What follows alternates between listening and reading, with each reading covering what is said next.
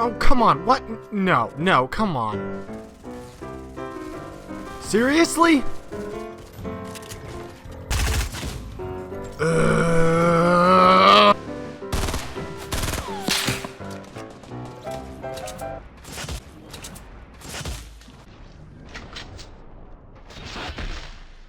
That's it. I'm done. I'm done with the building. I'm done with the destroying cover. I'm done with the people building skyscrapers the second they see me. I'm done. I'm getting play anything else. I'm done. Or I guess I could just, play another battle royale game or something.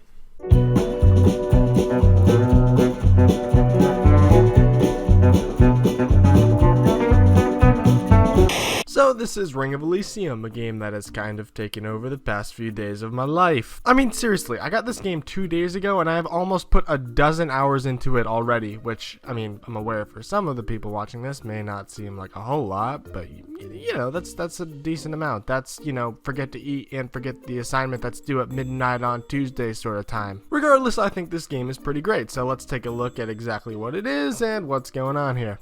So what is Ring of Elysium? Well, imagine if PUBG was good. What's that ominous glow in the distance?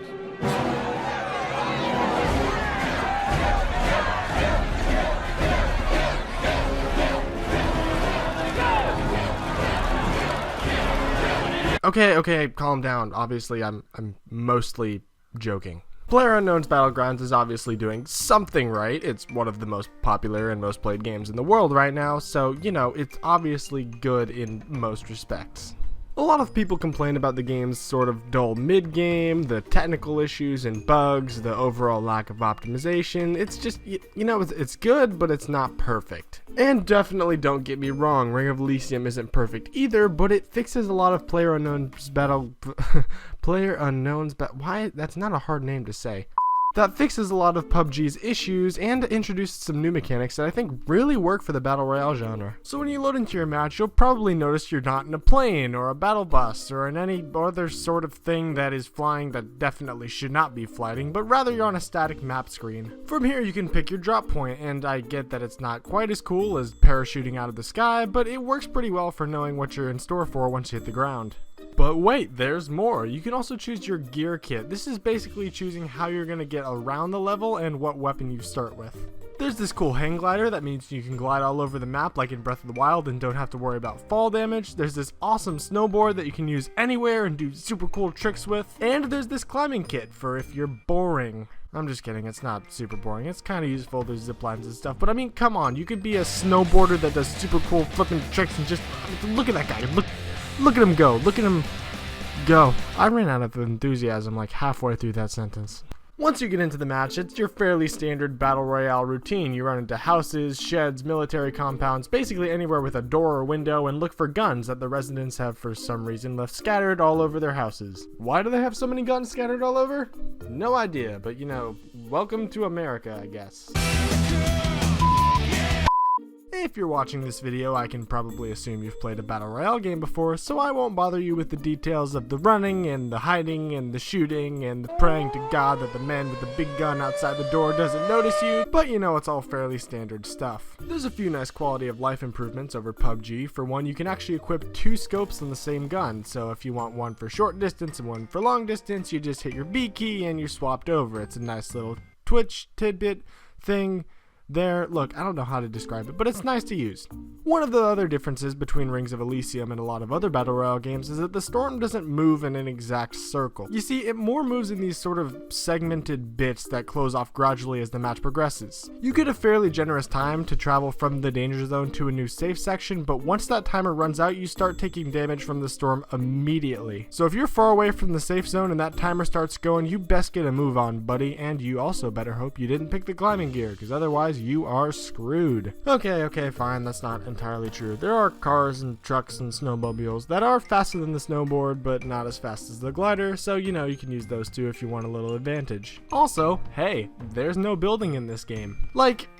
Alright, look, I guess I get it. The building mechanic in Fortnite is one of the main things it has over most other battle royale games, but I mean, I can't, it's so, dying to a guy that you took time and effort to sneak up on and actually got a few shots off on before he builds a skyscraper, jumps off the skyscraper, and 360 no-scopes you in the face with a shotgun is not my idea of fun. Now you might just say, oh Ben, get good, learn how to build in Fortnite, use the Builder Pro setting, learn to edit the freaking stairs, whatever, blah blah. And to you I say, shut up, it's not fun.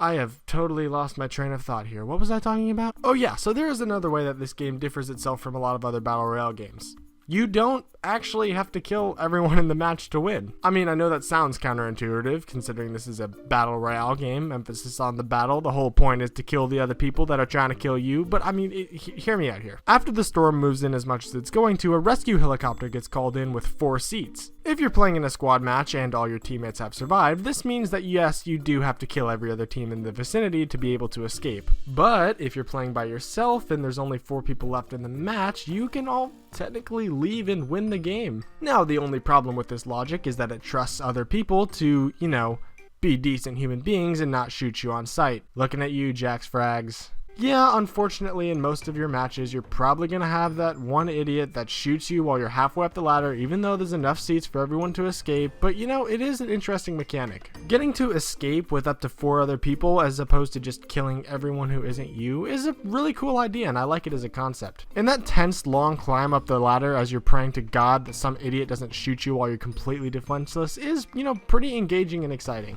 It's frustrating when they do shoot you, but you know, you gotta take the good with the bad here. So yeah, that's basically Rings of Elysium. I think I'm saying that right. Elysium? Elysium? It's gotta be Elysium. The guns feel good, the map is exciting, and the different ways you can get around it are all really cool and add a lot of depth to the gameplay.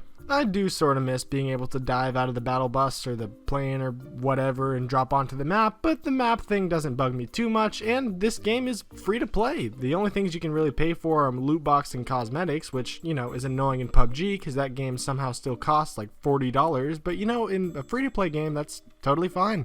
The game's free to play on Steam right now and has a pretty large player base, so if you're interested in this game at all, just, you know, pop in, give it a try. It's, you know, free, so the only thing it's costing you is hard drive space and, you know, hours of your life. Like me. Oh my gosh, what am I doing with my life? So anyway guys, thanks for watching the video. If you're new here, why not subscribe and give this video a like if you liked it, and if you didn't like it, keep it to yourself, I guess. And, you know, maybe if you like this channel, hit that bell icon, because, you know, it does something probably. Look, I'll be honest, I've never actually hit the bell icon for any other channel, so I don't really know what it does, but, you know, try it out. I am, like, really bad at outros, aren't I? Okay, thanks for watching. Bye-bye.